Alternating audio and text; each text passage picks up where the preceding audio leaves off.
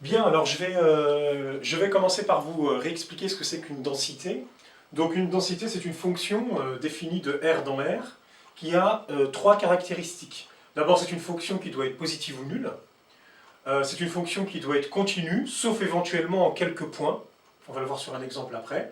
Et c'est une fonction dont l'aire délimitée par la courbe, l'axe des abscisses, doit être égal à 1. Donc ce que j'ai écrit ici, en l'intégrale de f de x dx doit être égal à 1 pour tout x appartenant à R, d'accord, sur l'intervalle R.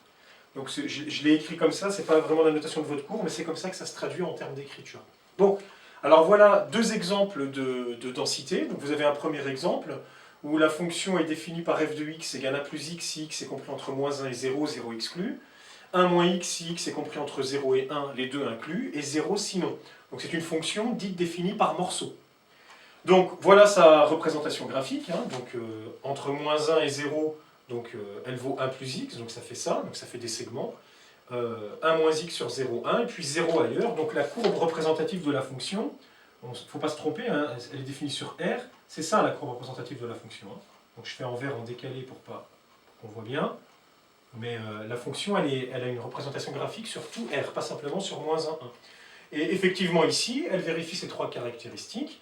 Donc elle est positive ou nulle, elle est continue, sauf éventuellement en quelques points, mais là elle est continue partout. Pour la tracer, cette représentation graphique, je n'ai pas besoin de lever mon feutre.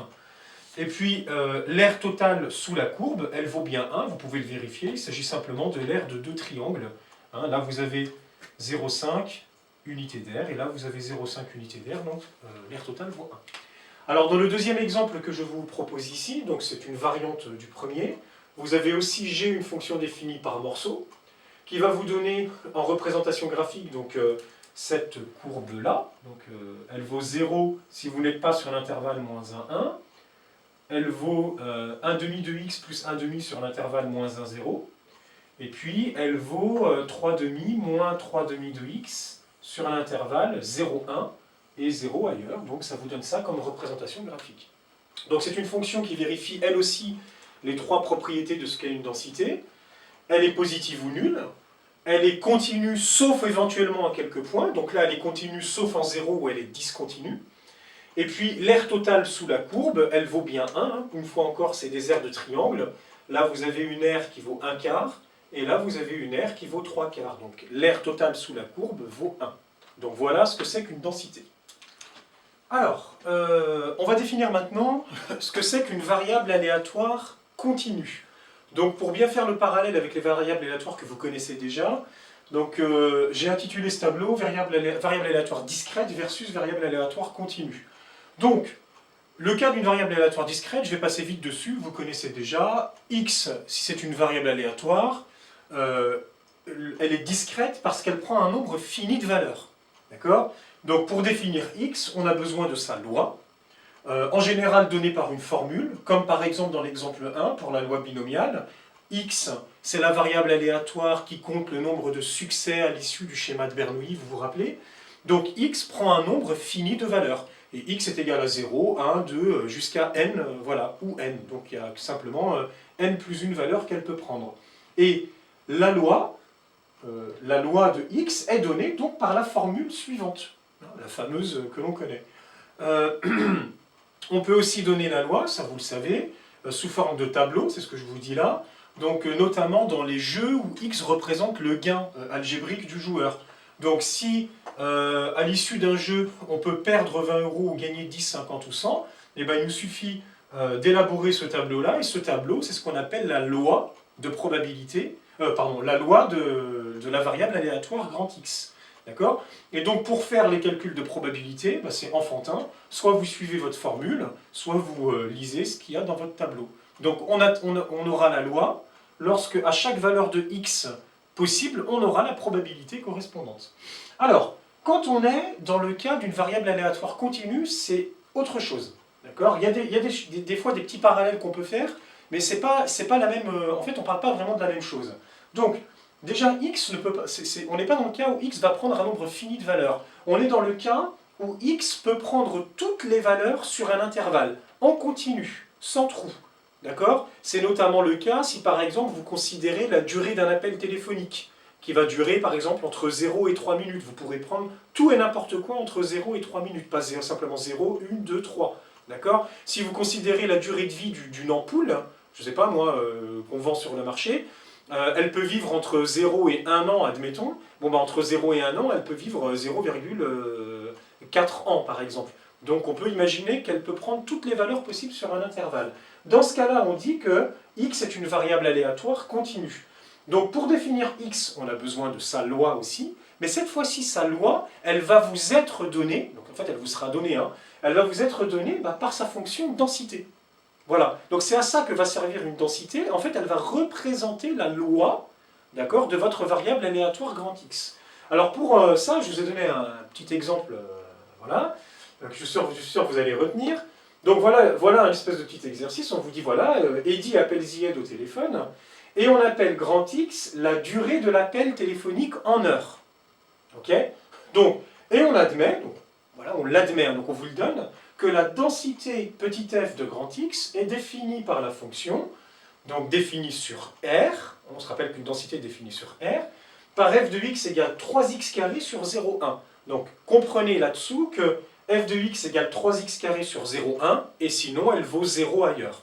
Donc je vous ai fait la représentation graphique de cette fonction, hein. Donc en 0, ça vaut 0, en 1, ça vaut 3, ok. Et la représentation graphique de la fonction, donc je vais la faire en vert, pardon, comme tout à l'heure. Donc c'est 0 sauf en dehors de l'intervalle 0,1. Donc sur 0,1 c'est 0, comme ça. Okay. Et sur l'intervalle 0,1, donc c'est la portion bleue que je ne vais pas repasser pour ne pas saccager mon tableau. Donc voilà. Donc voilà la courbe représentative de cette densité. Je vous laisse vérifier tout seul que l'air sous la courbe, elle vaut 1. C'est un simple calcul d'intégrale. D'accord. La primitive, là, vous prenez x au cube. Sur l'intervalle 0,1, ça fait 1 au cube moins 0 au cube, donc ça fait 1. Donc ça représente bien une densité. D'accord? Et alors, ici, si on vous demande de calculer une probabilité, on ne va pas vous demander quelle est la probabilité que l'appel téléphonique dure, par exemple, une demi-heure. C'est pas ça. Là, on va vous poser le genre de question suivant. Je vais encore changer de couleur. Alors si celle-là fonctionne. Non. Donc là, on peut vous demander, par exemple, et c'est comme ça qu'on va vous le noter, quelle est la probabilité que l'appel téléphonique dure entre une demi-heure et une heure. Donc ça va être la probabilité d'un intervalle qu'on va vous demander. Donc la durée de l'appel téléphonique, il est en abscisse. D'accord? Donc la question, c'est l'appel téléphonique. Quelle est la probabilité qu'il dure entre 0,5 et 1 heure? Eh bien, cette probabilité sera égale, par définition, à l'aire comprise entre votre densité, enfin la courbe, l'axe des abscisses, et les droites d'équation x égale 0,1 et x égale 1. Donc ça, c'est la probabilité que l'appel téléphonique dure plus d'une demi-heure, entre une demi-heure et 1 heure. En fait, la densité, qu'est-ce qu'elle va vous traduire? Par exemple, elle va traduire que la probabilité que l'appel téléphonique dure plus d'une demi-heure est beaucoup plus élevée que la probabilité qu'elle dure moins d'une demi-heure. Donc c'est ça qu'il va falloir voir sur les densités. Les densités, elles vont vous permettre de voir ça. La comparaison des aires dans différentes zones va vous donner en fait de visu les probabilités. Par exemple là, quelle est la probabilité que l'appel téléphonique dure plus d'une heure? C'est 0. L'appel téléphonique ne peut pas durer entre 1 heure et 2 heures, parce que là, vous avez 1 heure qui vaut 0, tout simplement peut-être parce que Eddy s'est endormi, ou Zied il en a eu marre, il a raccroché, ou il n'y a plus de batterie dans le téléphone, enfin on ne sait pas trop pourquoi. Mais en tout cas, la durée de l'appel téléphonique à cette densité, voilà les informations qu'on peut en tirer. Donc plus vous avancez dans le temps jusqu'à 1 heure, plus la probabilité que l'appel téléphonique il dure, elle est grande. Et puis l'appel téléphonique qui dure entre 0 et 10 minutes, elle est très faible parce que Eddy et Zied, ils restent jamais entre 0 et 10 minutes au téléphone. Le temps qu'ils se mettent d'accord sur ce qu'ils vont se raconter, il faut que ça dure plus de 10 minutes l'appel. Voilà. Alors, pour faire le lien avec l'activité qu'on avait faite d'introduction, donc vous voyez, quand vous cherchez à calculer une probabilité lorsqu'on vous donne une densité pour une variable aléatoire continue, en fait c'est l'histoire du jeu de fléchettes, quoi. C'est-à-dire qu'en fait la densité, qu'est-ce qu'elle vous donne? Elle vous donne une cible que vous devez atteindre avec un jeu de fléchettes. Donc, quand je vous demande quelle est la probabilité de calculer que la durée de l'appel dure entre 0,5 et 1 heure, c'est comme si vous preniez une fléchette et vous me déterminiez la probabilité que ma fléchette elle tombe pouf dans cette zone. D'accord? Donc qu'est-ce que vous allez faire? Vous allez faire l'aire de cette zone. Évidemment divisé par l'aire totale, mais l'aire totale elle vaut déjà 1 puisque vous êtes en présence d'une densité. Donc l'aire d'une zone vous donne la probabilité de l'intervalle en abscisse correspondant. D'accord? Donc là, ce qu'on va faire pour calculer ça, on va faire l'intégrale entre 0,5 et 1, donc de ma densité, 3x au carré, dx. Voilà. Et donc tout le chapitre va être basé sur ça maintenant. Alors maintenant, je vais vous parler de densité particulière. Donc nous, on va être amené à voir 3 densités particulières, mais dans cette vidéo, je ne vais vous en présenter que 2 d'abord, les plus simples. La troisième étant quand même plus compliquée, il faudrait une vidéo à part. Donc la première densité particulière, en fait, elle est extrêmement simple. Donc on se donne une variable aléatoire grand X, et on dit qu'elle suit une loi uniforme sur un intervalle AB, si sa densité, c'est une fonction constante. Voilà. Donc voilà la représentation graphique d'une densité dont la variable aléatoire x est une variable aléatoire qui a pour ça cette densité-là. Donc je représente sur l'axe abscisse les valeurs prises par x, d'accord, et sur l'intervalle AB, la densité elle est constante. Ça veut dire que la cible de votre jeu de fléchettes, là, c'est simplement un rectangle. Alors, compte tenu du fait que l'aire totale sous la cible, donc la courbe représentative, elle est toujours sur R, donc elle est comme ça, comme ça, comme ça. Donc elle est positive, elle est continue sauf en 2 points, ce sont les nombres A et B.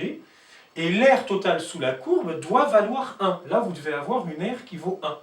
Donc ça veut dire que la constante, elle ne peut pas être n'importe où. Or, là, vous êtes en présence de l'aire d'un rectangle. Donc l'aire d'un rectangle, c'est simplement longueur fois largeur. Donc là, vous avez B-A comme longueur. Et ici, donc il vous faut la deuxième dimension, telle que ça fois ça fasse 1. Donc ici, vous devez avoir 1 sur B-A. Vous n'avez pas le choix. Ça veut dire que la fonction de densité, lorsque la variable aléatoire, on vous dit qu'elle est uniforme sur un intervalle AB, eh bien, vous n'avez pas le choix. La fonction de densité, c'est défini par 1 sur B-A sur l'intervalle AB. Et donc, sous-entendu, 0 ailleurs. Donc, imaginons que, par exemple, on reprenne l'exemple entre Eddy et Zied de tout à l'heure qui se passe un appel téléphonique. Admettons que l'appel téléphonique dure toujours entre 0 et 1 heure, mais que la densité, et que la variable aléatoire qui vous donne donc la durée de l'appel, qui est égale à la durée de l'appel, suive une loi uniforme sur l'intervalle 0,1. D'accord? Ce qui voudrait dire que la représentation graphique qu'on avait là, donc on est sur 0,1, et donc là, vous n'avez pas le choix, vous devez être égal à 1, pour avoir une aire qui vaut 1. Donc en fait, j'ai fait 1 moins 0, enfin 1 sur 1 moins 0. Ça respecte bien ça. Le A valant 0 et le B valant 1. Donc ici, si c'était ça, la densité de tout à l'heure, eh bien si je veux calculer la probabilité que l'appel téléphonique dure entre 0,5 et 1 heure, eh bien je vais calculer l'aire de la moitié du rectangle. Donc là, tout de suite, c'est égal à 0,5, on le voit.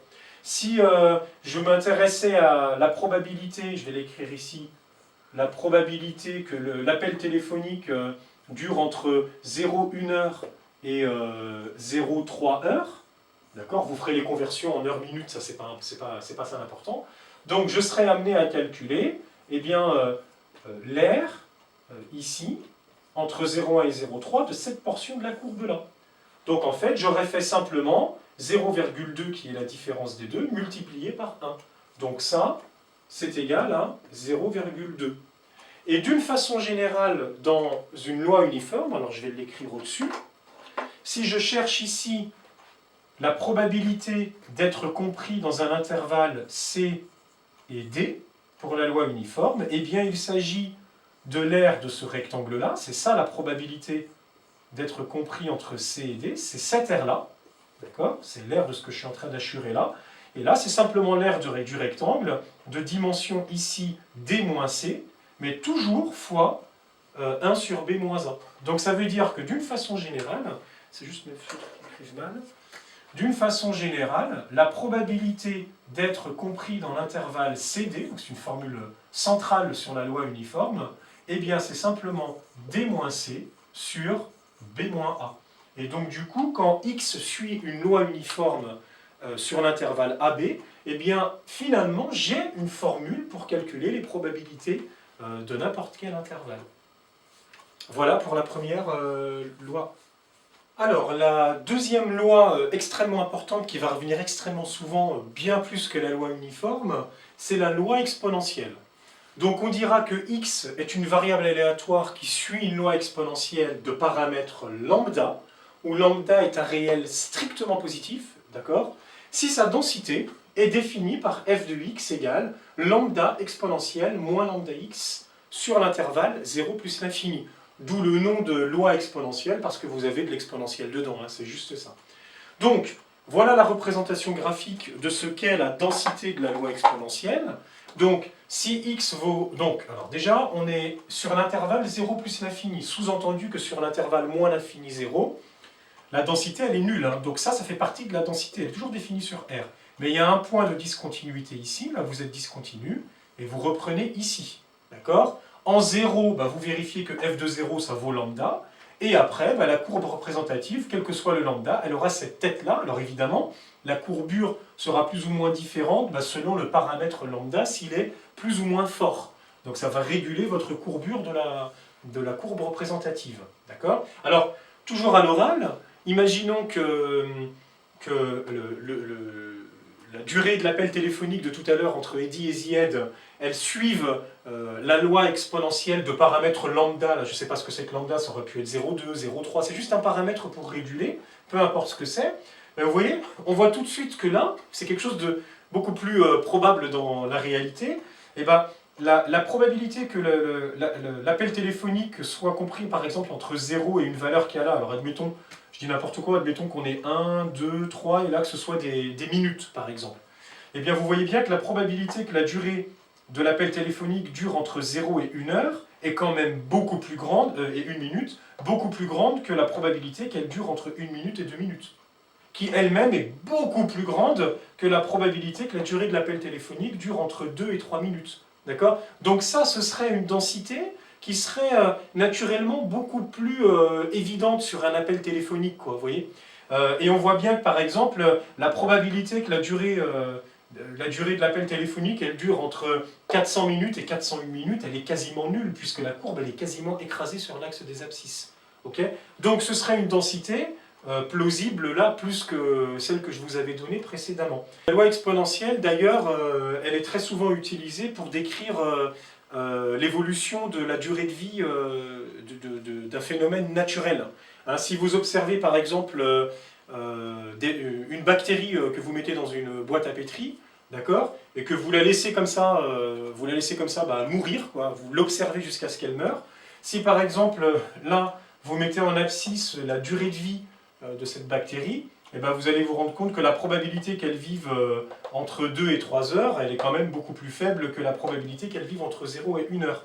Mais elle est plus faible exponentiellement, vous voyez? C'est-à-dire que la durée de vie, pour être lointaine, il faut vraiment, on va avoir des probabilités qui vont être de plus en plus petites, d'accord? Donc l'exponentielle provoque en fait un écrasement de l'air dans votre cible.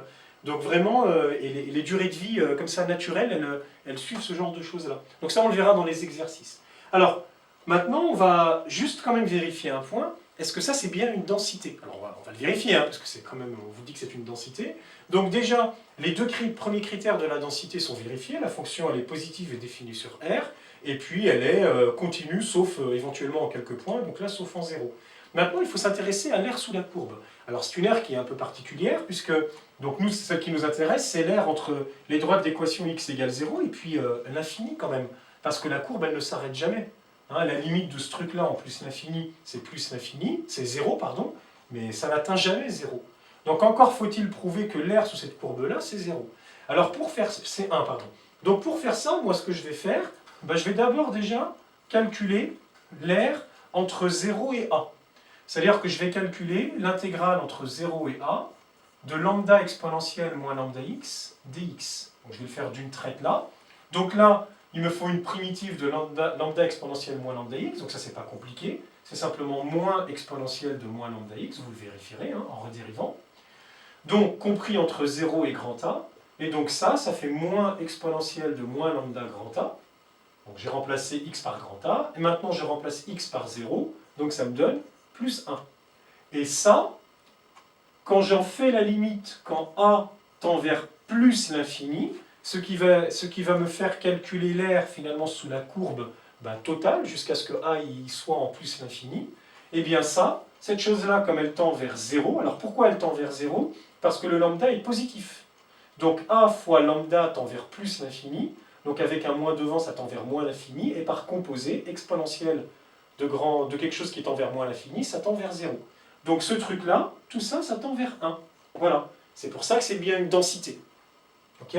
Alors maintenant, on va s'attaquer aux probabilités. C'est toujours la même histoire. Si vous cherchez la probabilité d'être compris sur un intervalle, que la durée de vie, par exemple, elle soit comprise sur un intervalle, alors là, je vais changer, je vais être plus général. On va dire qu'on est sur un intervalle AB. D'accord? Eh bien, si je veux la probabilité d'être sur l'intervalle AB, voilà ce que je vais faire. Alors, je vais le faire complètement. Et puis après, dans les exercices, il faudra être un petit peu malin pour prendre des raccourcis.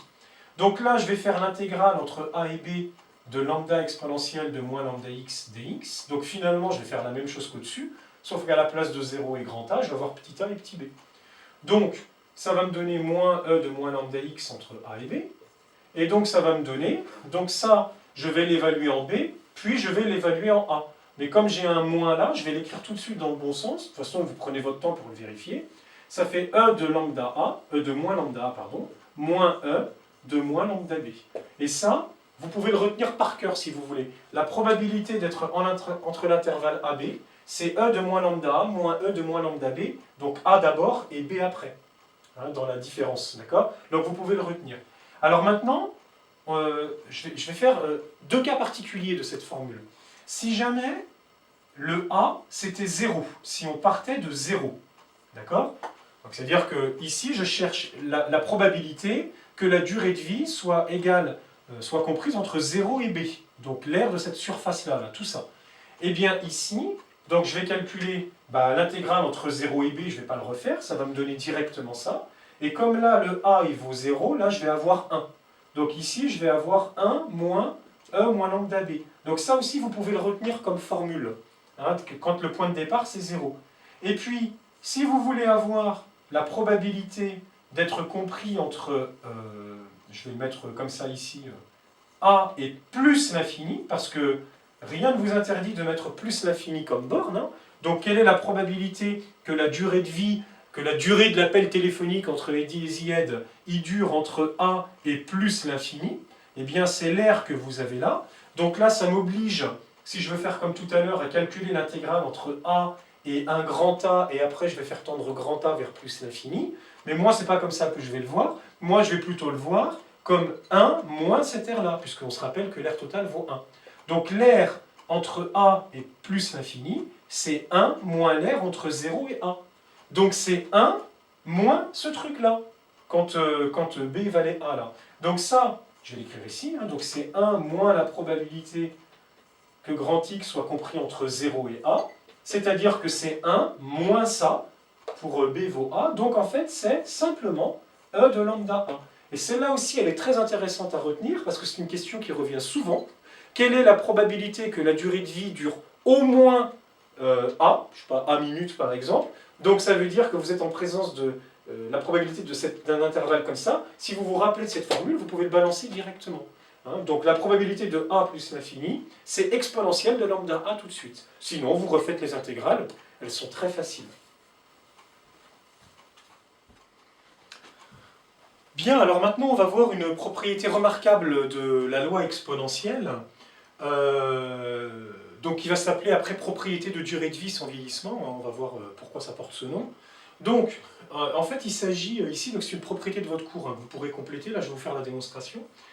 Il s'agit de calculer en fait la probabilité conditionnelle suivante, la probabilité que grand X soit supérieur à t plus h, sachant que grand X soit supérieur à t. Donc, ce qui veut dire que graphiquement, moi je vais m'intéresser à quoi? Voilà, donc j'ai placé deux réels h et t, d'accord?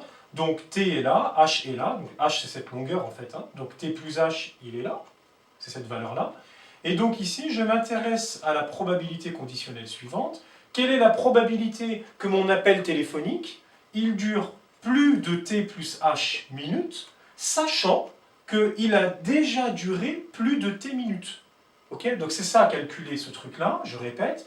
C'est la probabilité que la durée de vie soit supérieure à t plus h, sachant qu'on a déjà passé le cap de t minutes, heures, enfin peu importe. Voilà. Donc pour calculer ça, bah, on va utiliser la définition de ce que c'est qu'une probabilité conditionnelle. Hein. Donc je vais le faire très tranquillement. C'est la probabilité de l'intersection des deux événements suivants, donc de x supérieur à t plus h et x supérieur à t, divisé par la probabilité de ce que je sais, c'est-à-dire que x est supérieur à t. Ensuite ici, donc, je vais réfléchir 30 secondes. Alors, si x est supérieur à t plus h, et en même temps x il est supérieur à t, eh bien c'est tout simplement que x il est supérieur à t plus h. D'accord? Donc c'est divisé par x supérieur ou égal à t. Et là on se rappelle ce qu'on a dit tout à l'heure, quand on veut p de x supérieur ou égal à a, il suffit de faire exponentielle de moins lambda a. Donc là ça va me donner exponentielle de moins lambda facteur de t plus h sur exponentielle de moins lambda t. Et comme là, vous êtes en présence de l'exponentielle, vous pouvez utiliser vos formules e de a divisé par e de b, c'est e de a moins b. Donc, ça va nous donner exponentielle de moins lambda t moins lambda h, plus lambda t, donc les lambda t vont partir, et il va rester e de moins lambda h. Et donc ça veut déjà dire que votre probabilité ne dépend pas de t, en fait. Donc la probabilité de vivre plus de t plus h minutes, sachant qu'on a déjà vécu plus de t minutes, ça ne dépend même pas de t. Le t, il a complètement disparu de la circulation. Et quand on regarde bien ça, qu'est-ce que c'est? C'est la probabilité que x soit supérieur ou égal à h. Donc en fait, la probabilité de vivre plus de t plus h minutes, sachant qu'on a déjà vécu plus de t minutes, eh bien, c'est exactement le même résultat que p de x supérieur ou égal à h minutes. Comme si on n'avait pas vécu les t minutes. Alors, je vais l'expliquer graphiquement. Hein, donc là, on a calculé p de t plus h de x supérieur à t plus h, sachant que x était supérieur à t. Donc ce qu'on a fait, donc quand on était arrivé à ce calcul-là notamment, on a fait cette R-là divisé par cette R-là. D'accord? Donc ça, c'est ce que vous dit cette formule, hein, c'est l'air noir qui est là divisé par l'air bleu qui est là. Et que vous dit le calcul? Eh bien, il vous dit que ce résultat, il va être égal tout simplement à P de x supérieur ou égal à h, c'est-à-dire, en fait, à l'aire verte. Donc je ne vais pas trop surcharger ma figure, peut-être faire dans l'autre sens les hachures. Voilà. Et bien tout ça, c'est égal à l'aire verte. Alors attention, hein, je n'ai pas dit que l'air bleu est égal à l'air verte ou l'air noir égal à l'air verte. J'ai dit que ça divisé par ça, eh bien c'est égal à ça. Voilà ce que dit, ce que dit la formule. Donc, le fait d'avoir vécu déjà t années, eh bien, dans le calcul, c'est comme si que vous repreniez depuis le départ et que vous cherchiez eh bien, la probabilité de vivre plus de h années, h étant l'écart entre les deux. Donc, c'est pour ça qu'on appelle ça une durée de vie sans vieillissement. Pour le calcul, on fait comme si on n'avait pas vécu les t années, quoi, en fait. Déjà. Donc ça va vous donner le même résultat. Alors regardez bien en fait graphiquement ce qui s'est passé, je vais aller plus loin.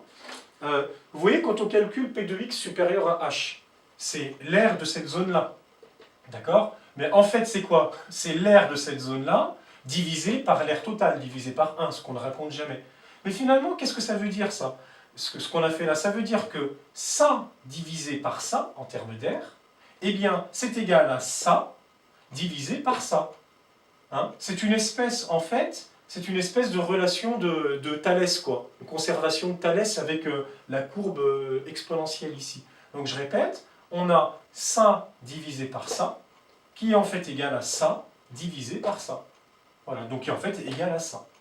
Voilà, donc voilà une propriété qui va vous permettre notamment de calculer des probabilités conditionnelles avec la loi exponentielle sans avoir à refaire tout ça. Donc quand vous avez ça, exemple concret, hein, appel téléphonique et dizzy head, quelle est la probabilité que l'appel téléphonique il dure plus de 40 minutes, sachant que l'appel téléphonique, ça fait déjà une demi-heure qu'ils sont au téléphone. D'accord? Eh bien ça, c'est tout simplement la probabilité que l'appel téléphonique dure plus de 10 minutes. Donc, c'est quoi? C'est exponentielle de moins 10 lambda Si on connaissait lambda, on aurait une valeur numérique. Voilà. Alors dans cette partie de la vidéo, je vais vous présenter ce que c'est que l'espérance d'une variable aléatoire, et puis j'arrêterai cette première vidéo ici, vous en avez déjà suffisamment. Alors dans le cas discret, hein, je vous rappelle ce que c'était qu'une espérance d'une variable aléatoire. C'était la somme des xi, pi. P de x égale xi. Vous vous rappelez, dans le tableau, quand on énumère les xi et les pi, on fait ça fois ça, plus ça fois ça, plus ça fois ça, plus ça fois ça, autant qu'on en a.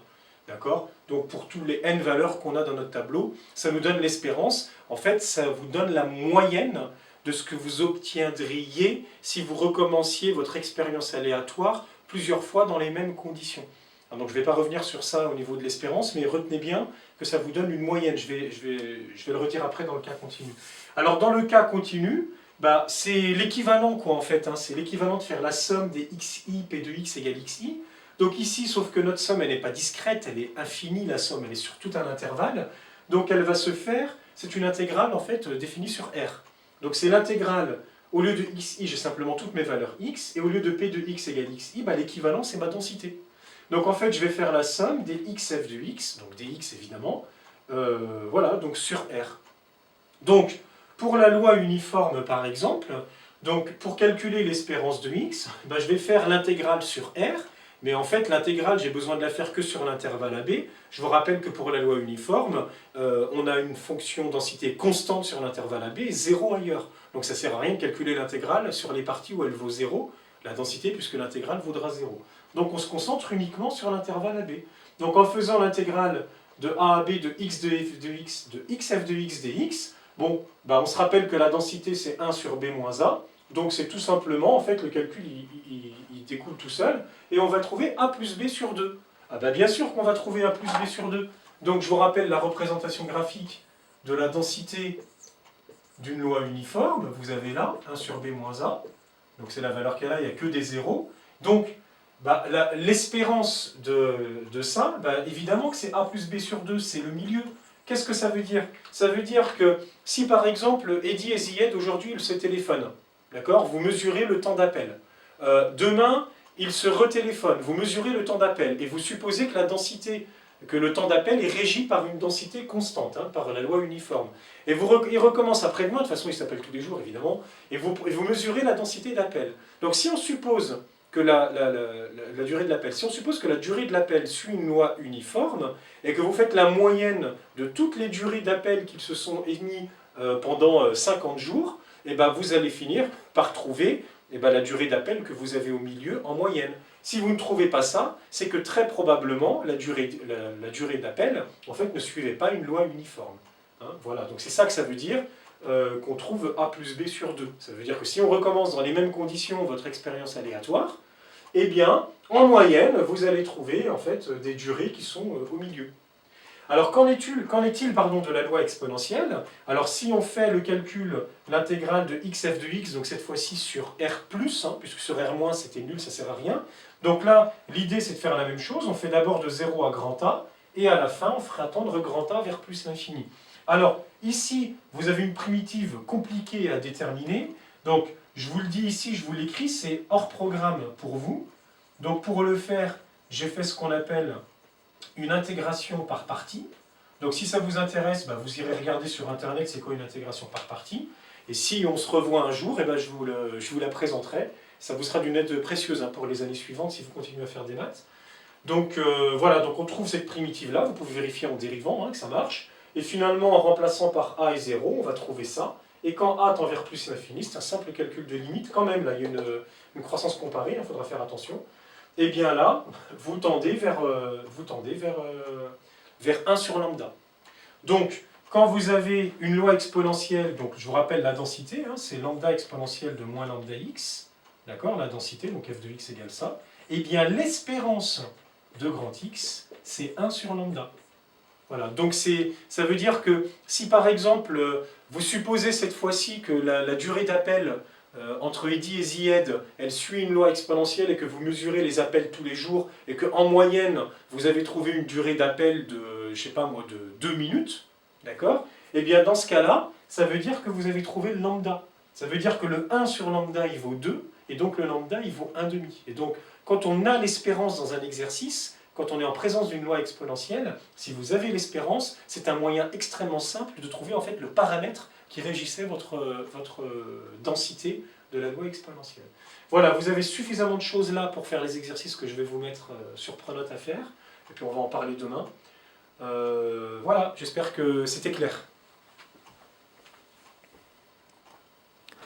Et merci Eddie Ezied.